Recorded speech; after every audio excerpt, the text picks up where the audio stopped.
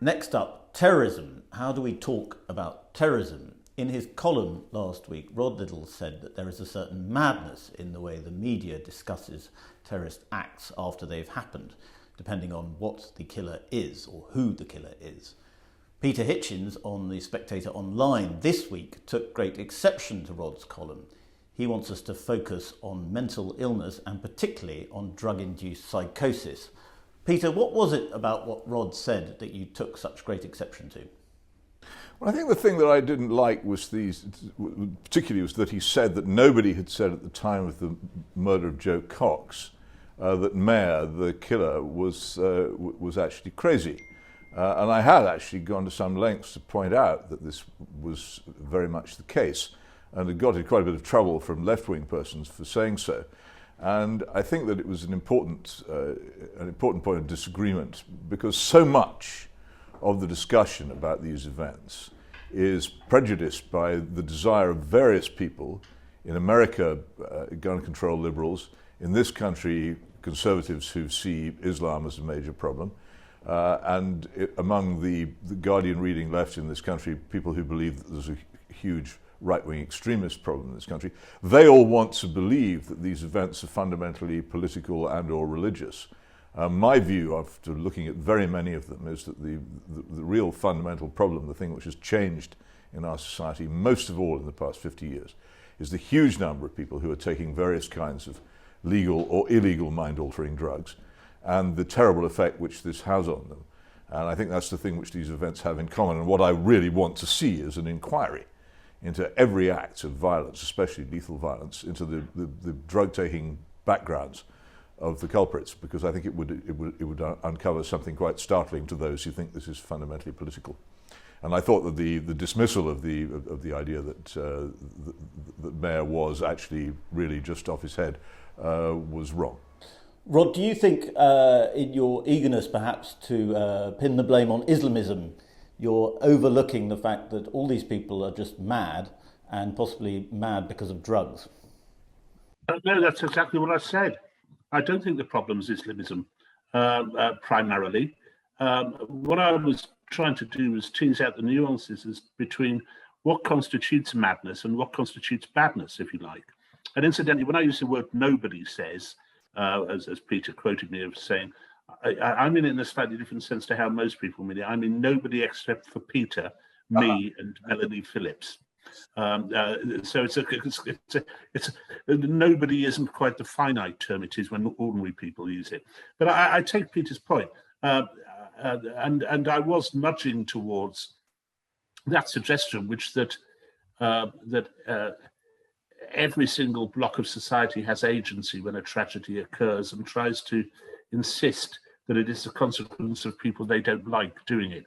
And the thing which I found most fascinating was Anders Breivik in Norway, where initially, of course, the psychiatrists found him mad as a hatter, which is a derogation I would probably go along with, having looked at the case in full, though not having examined him.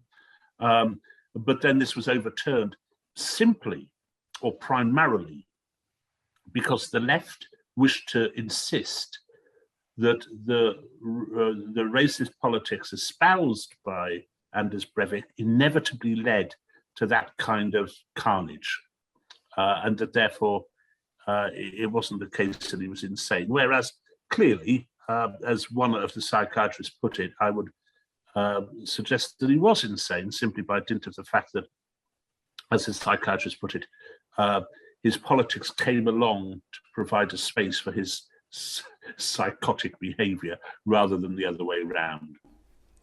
Is the problem partly, Rod, that our definition of mental illness now is so broad, it ranges from everything from schizophrenic psychosis to just feeling a bit down, that actually nobody can talk sensibly about madness and what drives mad people to kill people? Well, that's certainly true. That's certainly true. And we've also gone along a bit of the path that Norway has gone along with, which is to kind of exonerate mental illness to the degree that it is something which afflicts someone and that therefore the person cannot possibly be responsible. Now, we have a slight backlash in this country with some very eminent people. I think I think it's Paul Morale at Leeds University, who are positing a post-liberal study of insanity and suggesting that, for example, whilst mental health charities will tell you that there is nothing to be feared from schizophrenics, Paul Morale and others suggest, oh yes, there is, and the public is absolutely right to stay the hell away from them. So there is that. And yes, of course, we talk far too much about mental health. None of this, incidentally, because it's something I didn't touch on at all, which is probably why Peter reacted. None of this should prejudice one way or the other Peter's excellent thesis that it's drugs which are primarily to blame. It could well be in many cases, though not, I think, in Anders Breivik's case. Well, this is the problem, you see. You don't even know that Anders Breivik was a user of steroids. So I knew he used steroids,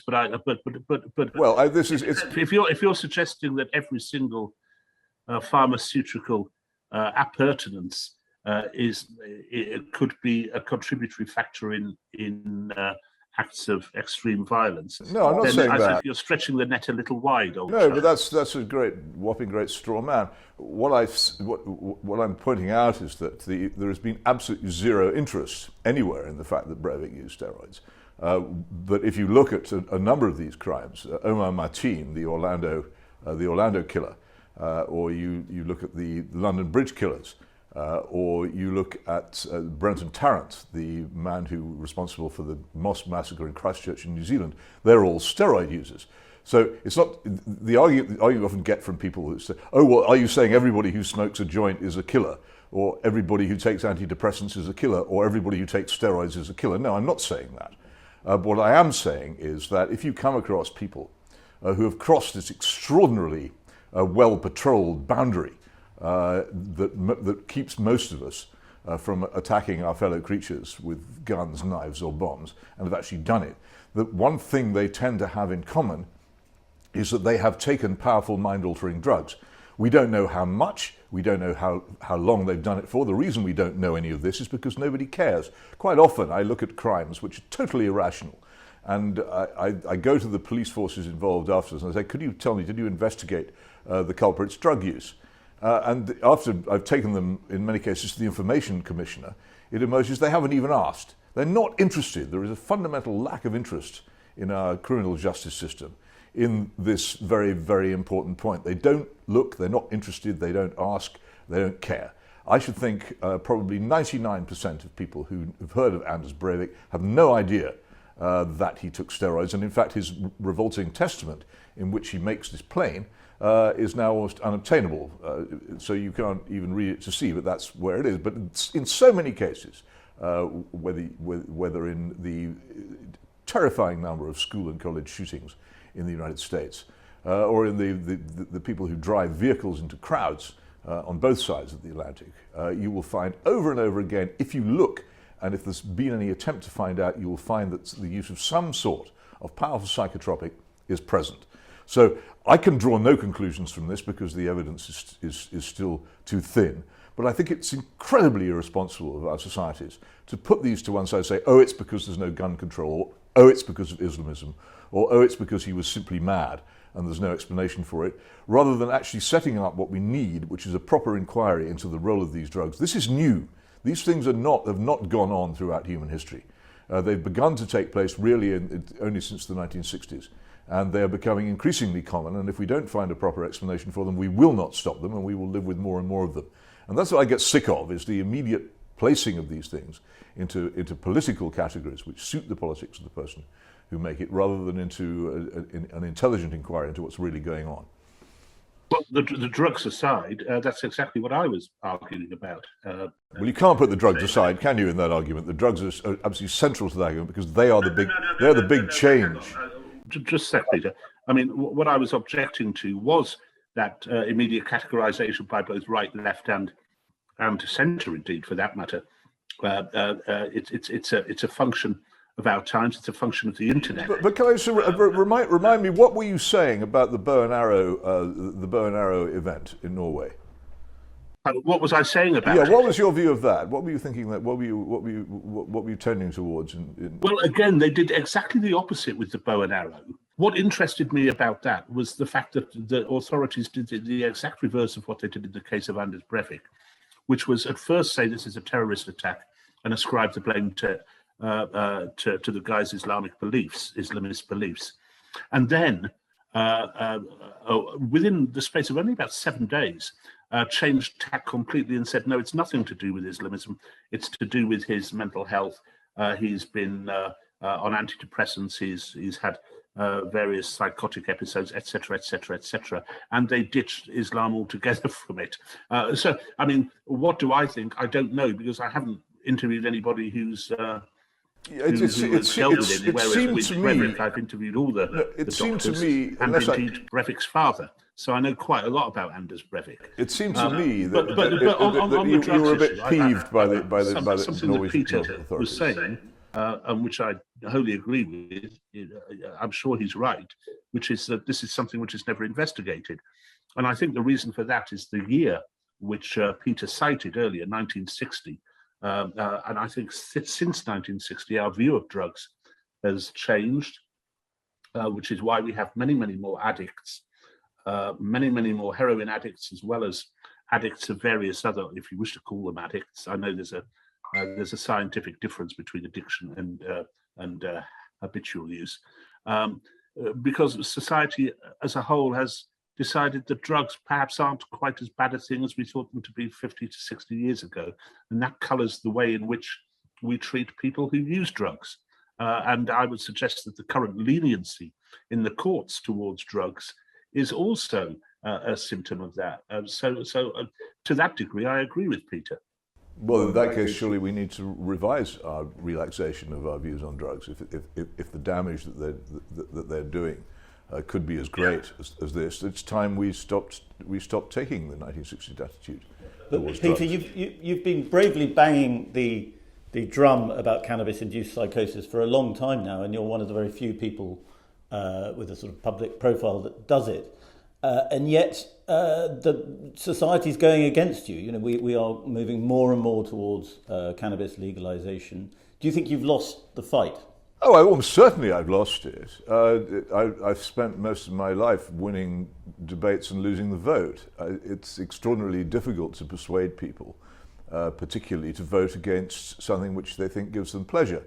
And that's just the case. But the problem with this will be that if we ever do get to the point of legalized marijuana, advertised everywhere and available in high street shops and freely on the internet, and it turns out that I'm right about the correlation between marijuana use and mental illness, then it will be almost impossible to undo the damage.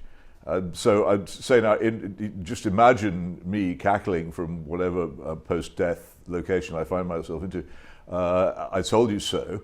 When you've made this mistake, I don't know what else I could do, honestly, than what I have done to point out this danger, and also to point out how irreversible the legalization of drugs is. I have to keep saying, don't do this stupid thing. I have to keep saying. Yeah, sure. And I agree with you, but well, I haven't seen your piece demanding that the laws against marijuana possession should be enforced. I have written about that, and I've written about our attitudes towards drugs in general, not from the point of view of inducing psychosis in individuals, which lead to the sort of killings you're talking of, but in the general form that it is another factor of what has come out of the mid-60s, partly the mid-60s, partly also the 80s and the Chicago School of Economics, partly the Frankfurt School of Sociology in the 60s, it's all about self-actualization. And in short, we should be allowed to do whatever the hell we like. And tied in with that, drugs is obviously a huge problem. Debt is a huge problem. We had very little debt. You know, back in the early 1960s, there was very little personal debt, but also marriage, divorce, children, the way we bring up children. Everything has been geared to making us be able to fulfill ourselves to fill our boots with whatever the hell we want, And I think drugs is absolutely a part of that. And I think you're right. You're banging on the right track, Peter, I'm sure.